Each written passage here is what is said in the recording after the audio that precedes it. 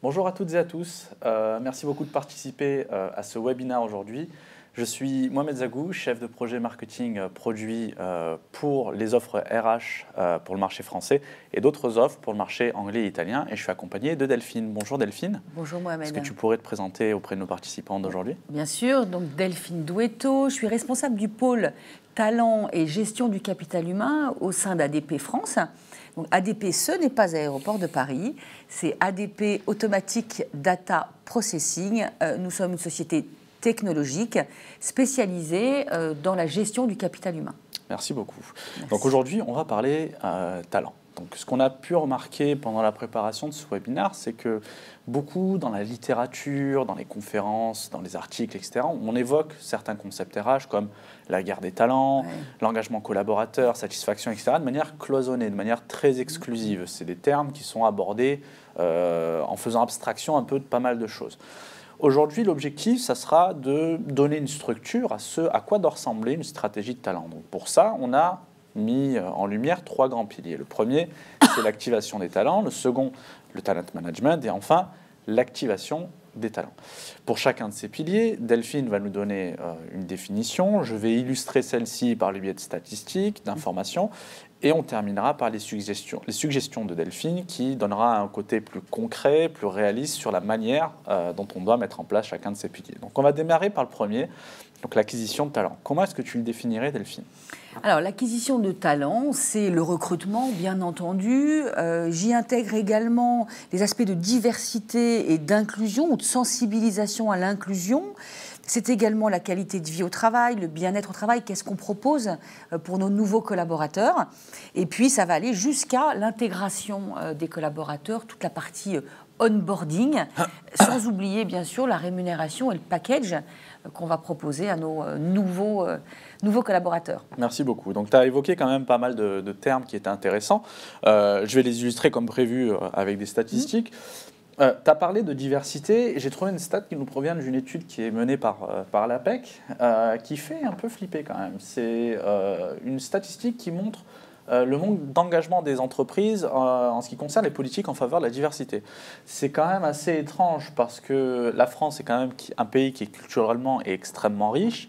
On bénéficie d'une très belle diversité.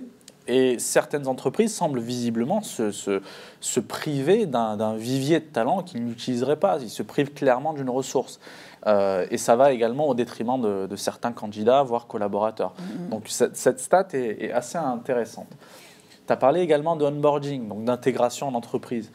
Une autre statistique qui ne va pas être positive encore une fois, c'est la suivante. Donc 20% du turnover a lieu pendant les 45 premiers jours. Et quand je dis pendant, ça peut être le premier jour, la première semaine, donc dans un laps de temps relativement réduit. Ça montre une différence entre ce qu'attendait le collaborateur en s'engageant pour une entreprise XY et ce que cette même entreprise va lui donner. Donc, il y a un problème au niveau de son intégration dès les premiers jours. Il décide de partir parce qu'il n'y trouve pas son compte ou il s'attend à autre chose, etc. Pour confirmer ces statistiques-là, on a une information qui nous provient de chez Gallup qui explique que 88% des répondants de leur étude expriment qu'ils ne sont pas satisfaits de leur onboarding, de leur intégration. Donc il y a vraiment un manque d'effort de la part des entreprises pour s'assurer que le collaborateur est bien intégré dans cette organisation. Et c'est assez paradoxal parce que pendant mon introduction, je parlais de guerre de talent, je parlais de problèmes des entreprises à trouver les perles rares, à les intégrer au sein de leur organisation. Cette stat qui nous revient de chez Robert Half explique que 65% des répondants expriment qu'ils ont encore plus de difficultés à attirer les talents aujourd'hui que ce n'était le cas il y a 5 ans. Donc, il y a des problèmes au niveau de la gestion de la diversité, du onboarding, et en plus de ça, le contexte du marché du travail et de l'acquisition de talent est encore plus compétitif. Delphine, qu'est-ce que tu pourrais suggérer justement pour faire en sorte que ce pilier de l'acquisition de talent soit bien mis en place au sein d'une entreprise ? Je vous propose quelques exemples. Si on parle du recrutement notamment, c'est clair qu'aujourd'hui, on ne peut plus recruter uniquement des compétences techniques. on a besoin de s'élargir, d'aller rechercher des compétences comportementales qu'on appelle les soft skills, donc davantage d'aller chercher la capacité de nos collaborateurs, de nos nouveaux collaborateurs à s'adapter, leur capacité à avoir du leadership, à accompagner, à donner du sens au niveau de leurs collaborateurs. C'est également de la confiance en soi, de l'intelligence émotionnelle. Enfin, c'est important qu'en matière de recrutement, on aille chercher des profils un peu plus divers, surtout quand on sait que les métiers d'aujourd'hui ne seront plus là pour 50, voire 60% dans les années qui viennent. On a parlé également de diversité et d'inclusion. Alors effectivement, ta statistique, elle fait un peu peur. En fait, ce qu'on voit, c'est que les politiques en matière de diversité n'ont pas souvent des résultats. C'est difficile de faire bouger les chiffres de la diversité. Heureusement, l'État s'en mêle avec le fameux index. Mais qu'est-ce qu'on a fait chez ADP par rapport à ça? Alors, on a créé une communauté de collaborateurs. Aujourd'hui, on est 21 collaborateurs. On va mener des actions à la fois pour les collaborateurs et à la fois au niveau du comité de direction, puisque on sait très bien aujourd'hui que la diversité est source de performance, on a une volonté de vouloir faire bouger les choses.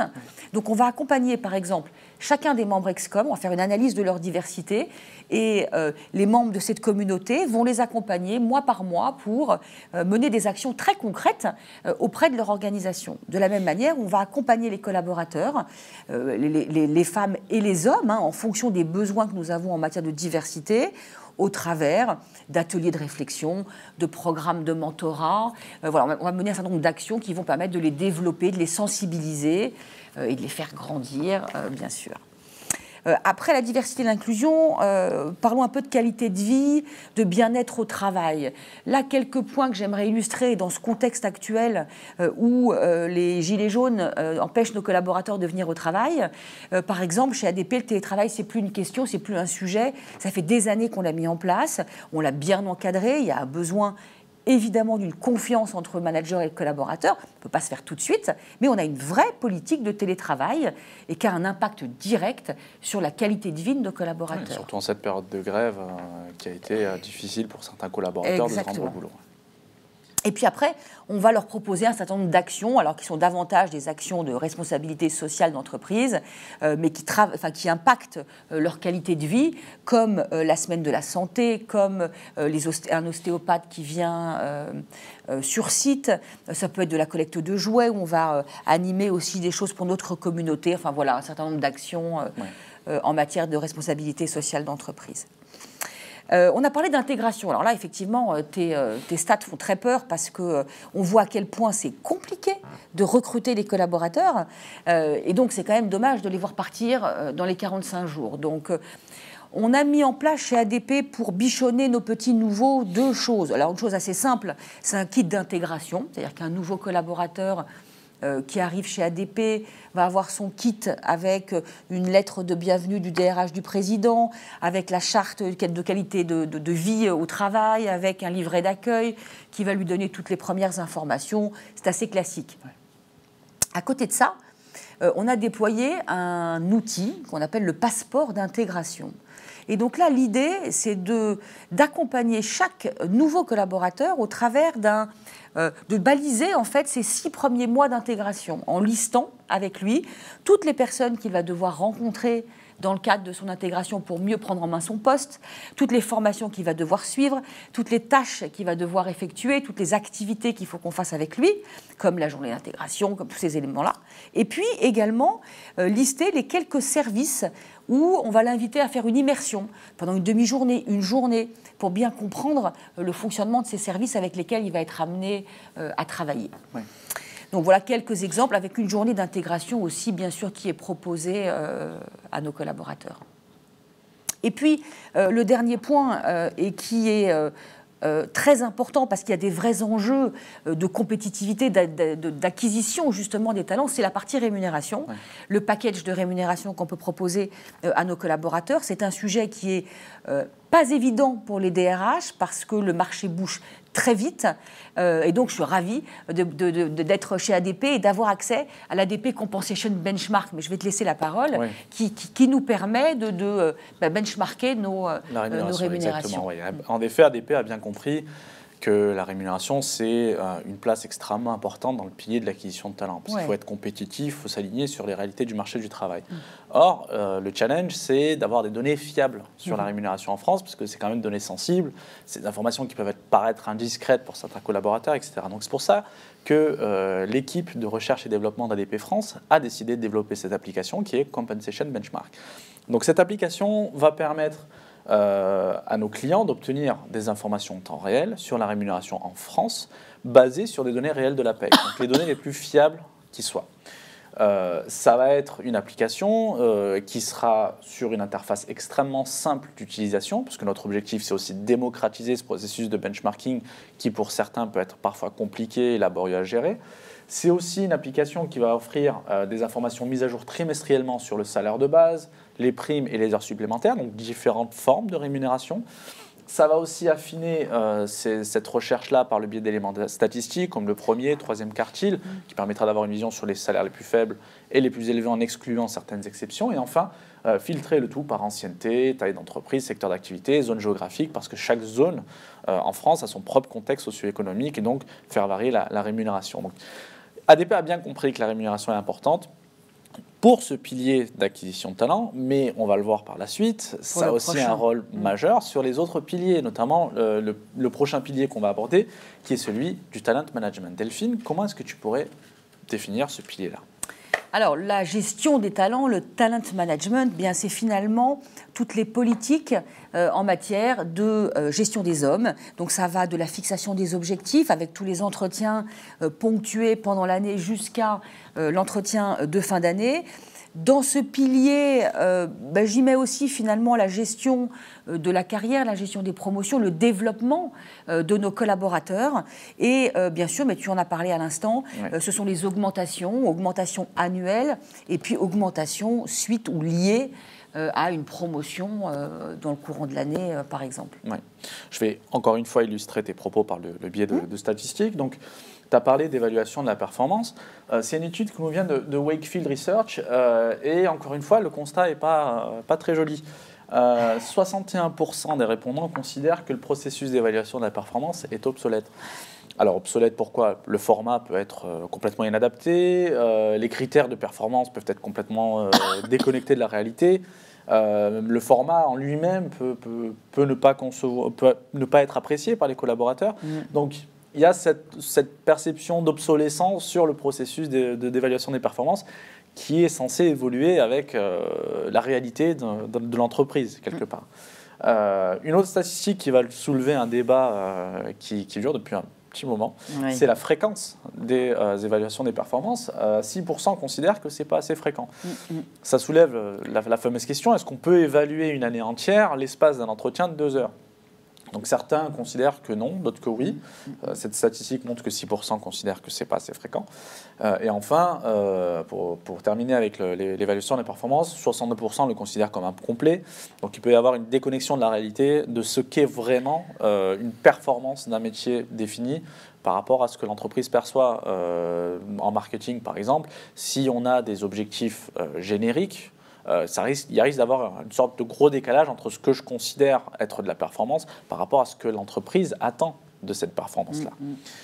On a parlé de développement aussi au travail. Il y a une statistique qui est très intéressante parce que quand on parle de développement des collaborateurs, on a tendance à automatiquement penser au coaching, au training, etc. Or, cette statistique qui nous vient de chez LinkedIn explique que 68% des répondants considèrent que c'est intéressant d'apprendre au travail. Et quand je dis apprendre au travail, ce n'est pas au bureau devant son ordinateur, c'est de se développer dans son métier. Donc c'est quand même très intéressant. Le training, les efforts financiers que peut faire une entreprise pour développer un collaborateur peuvent être conséquents, mais les collaborateurs aiment parfois rester aux choses simples et apprendre justement de leur métier. J'ai parlé d'investissement. Dernière statistique de chez LinkedIn, 94% des collaborateurs auront plus tendance à rester dans une entreprise si celle-ci investit dans leur carrière. Delphine, quel conseil tu nous donnerais pour ce pilier-là, le talent management ? Alors, bon, tu as évoqué des points qui étaient effectivement un vrai débat, et ça a été aussi un débat au sein d'ADP. Nos clients, enfin, toute l'expérience qu'on peut avoir aussi avec nos clients nous ont fait évoluer. On a décidé finalement que... Enfin, on a fait le constat que les objectifs annuels, ça ne marche pas, que le monde change beaucoup trop vite, et qu'ils sont souvent très vite obsolètes, ces objectifs. Et puis, les entretiens annuels ne donnent pas satisfaction. On n'arrive pas, avec ces entretiens, à... réussir à évaluer la performance. Tu parlais de l'année, oui, très naturellement, on va avoir en tête plutôt les 3 à 6 derniers mois de l'année. Donc, finalement, ça ne fonctionne pas très bien.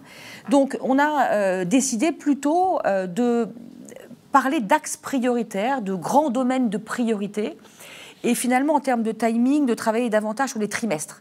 Donc, on va voir quelles sont finalement les priorités, les grands axes prioritaires du trimestre à venir. Et puis, on va vérifier la mise en œuvre concrète de ces axes prioritaires au travers d'entretiens réguliers et très orientés, finalement, priorité court terme. L'idée, c'est, on a les axes sur 3 mois, et puis là, chaque semaine, chaque mois, qu'est-ce qu'il faut très concrètement mettre en œuvre. Et du coup, on va davantage suivre la performance, comme ça, trimestre par trimestre. On en parlera d'ailleurs dans le pilier qu'on va voir juste après. On a parlé de promotion, on a parlé de gestion de carrière, de développement. Alors, on avait mis en place avant des revues des talents, avec l'identification des hauts potentiels. Puis, on avait mis également en place des plans de succession. Par manager, chacun devait avoir au moins une personne qui pourrait les remplacer. Là encore, on s'est rendu compte que finalement, c'est très vite obsolète et que ces plans de succession, quand le moment où, justement, on va avoir besoin de quelqu'un, eh bien, les plans de succession qu'on avait identifiés ne fonctionnent pas. Donc là, on a pris encore on a fait un changement. On a souhaité, plutôt que de travailler par manager, de travailler par poste et de réaliser des viviers de candidats par poste, c'est-à-dire on va faire un vivier de manager, un vivier par exemple de manager de proximité, enfin en fonction des postes dont on a besoin, on va créer des viviers. Et puis on va surtout s'orienter très court terme. On va arrêter les revues annuelles et on va faire des points talents. On fait aujourd'hui des points talents qui sont à minima biannuels et qui vont être orientés action. Autrement dit, qui doit bouger dans les 3 à 6 mois qui viennent, et qu'est-ce qu'on fait pour accompagner ses collaborateurs dans les mouvements que l'on doit mener dans les 3 à 6 mois. Et puis, tous les 3 mois, tous les 6 mois, on se revoit, on fait un point d'1 heure, ok, qui doit bouger et comment on l'accompagne. Ce qui fait que c'est beaucoup plus opérationnel, plus et beaucoup plus réactif, on colle davantage au vrai monde du travail et à la réalité du monde du travail. Ouais. Et je vais en parler d'ailleurs un peu dans notre prochain pilier. Ouais. Et puis, le dernier point sur la gestion des talents, c'est la partie augmentation. Donc, alors, chez ADP, on a mis en place depuis longtemps des augmentations annuelles individualisées et basées sur la performance des collaborateurs. Donc, la performance, c'est à la fois les résultats, est-ce qu'il a atteint ses résultats, et puis également, est-ce qu'il a le bon comportement face à ces résultats. Et donc, on est déjà en augmentation, enfin, en processus d'augmentation individuelle. Et puis, on va également chaque année revoir les rémunérations, notamment avec le principe d'égalité femmes-hommes, pour rattraper les salaires afin d'assurer une certaine égalité. Et puis, l'équité, on l'assure par une cartographie de tous les postes que nous avons fait il y a 2 ans maintenant, ce qui nous permet de garder une certaine équité des rémunérations dans l'entreprise. D'accord.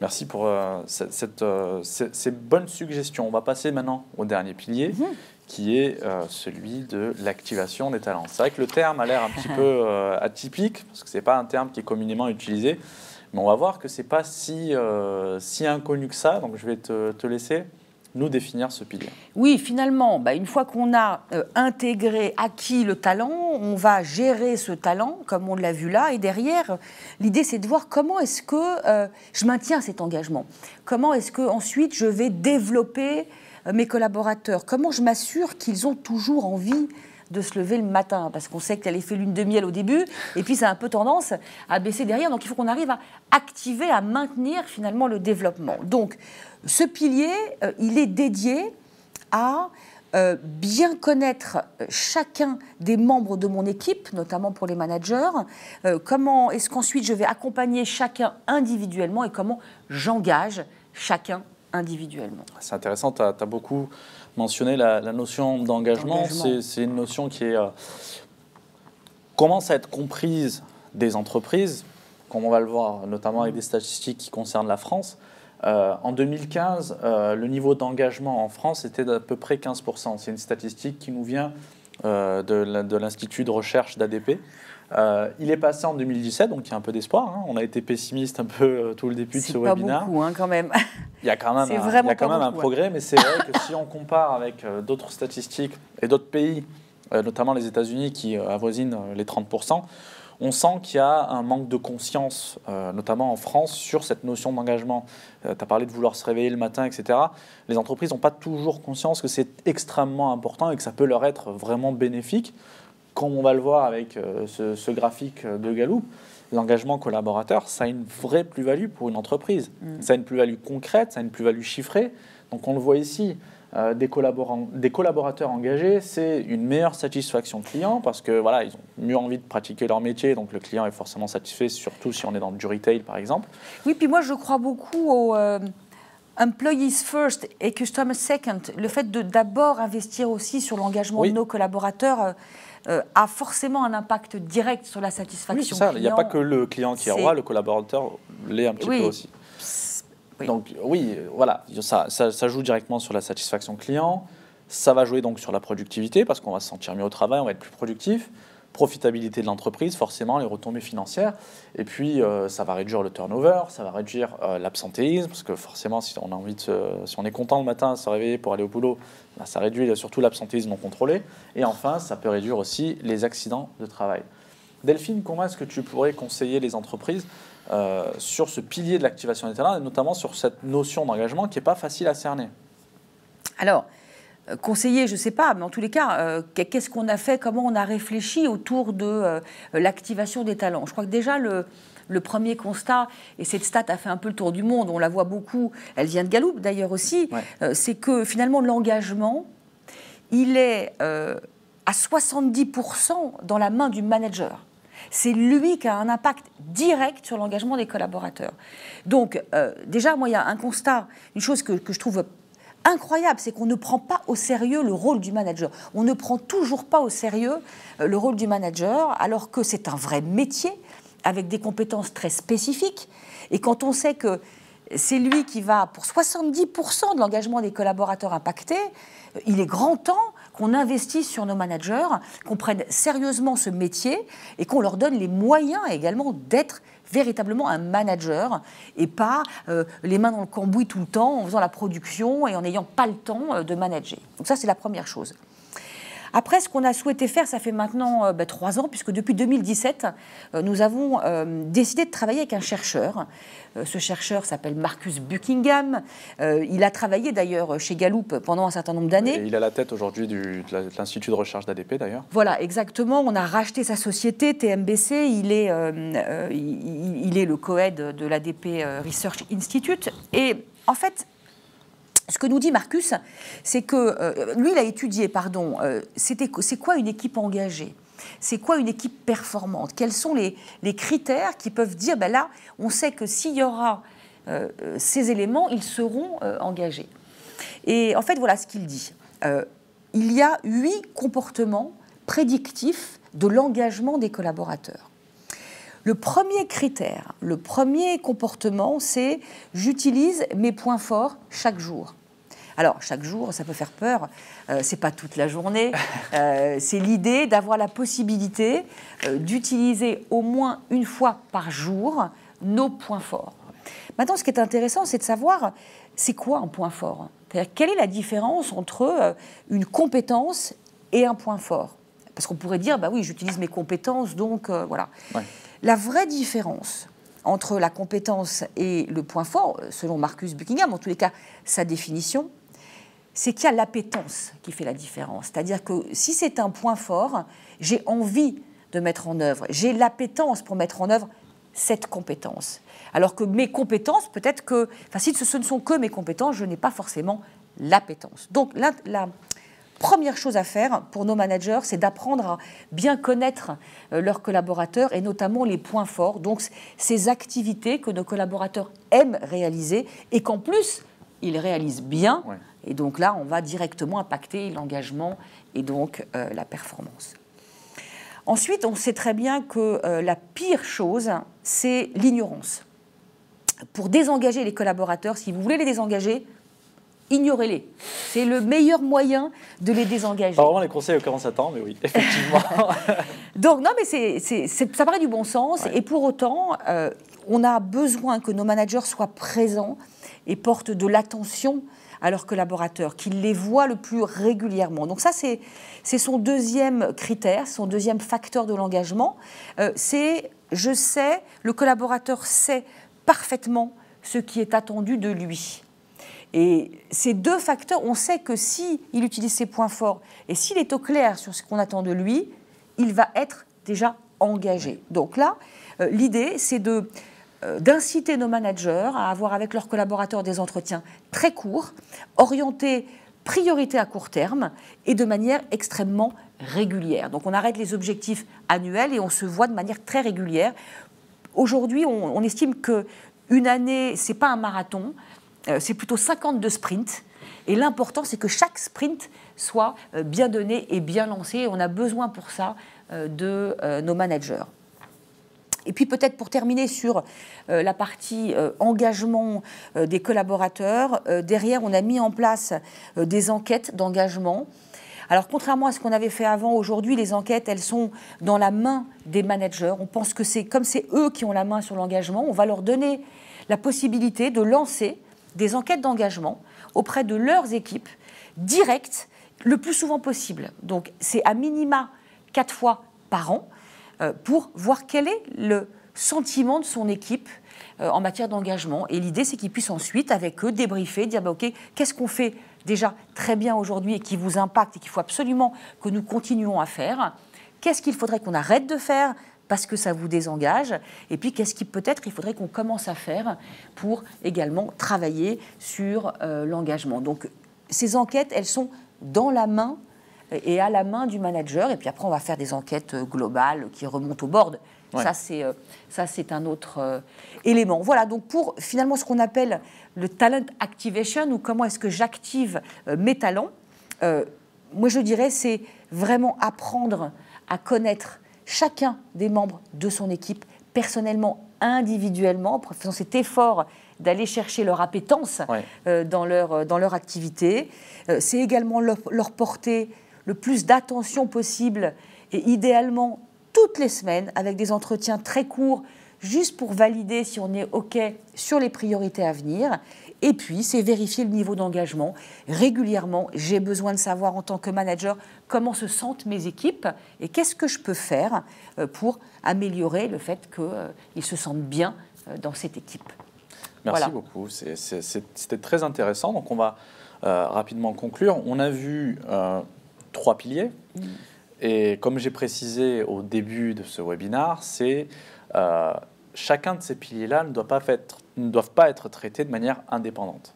Ces piliers sont la fondation de ce que doit être une stratégie de talent selon notre suggestion. Si l'un de ces piliers commence un petit peu à vaciller, c'est toute la stratégie de talent qui peut en pâtir, qui peut en être impactée. On a vu que tous ces termes dont on a parlé sont interdépendants. L'engagement, ça va avec le pilier 3 va avec le pilier 1 et ainsi de suite. Tout doit être cohérent pour créer une synergie qu'on appellera la stratégie de talent. Merci beaucoup, Delphine. Merci Mohamed de m'avoir invité. Merci à tous les participants de ce webinaire. Si vous avez des questions, n'hésitez pas à vous rendre sur le site fr.adp.com pour plus d'informations sur nos offres, mais aussi si vous voulez découvrir du contenu RH qui peut être intéressant, comme des white papers et autres. Merci encore de votre attention et de votre temps, et bonne journée. Merci Mohamed, merci à tous. Au revoir.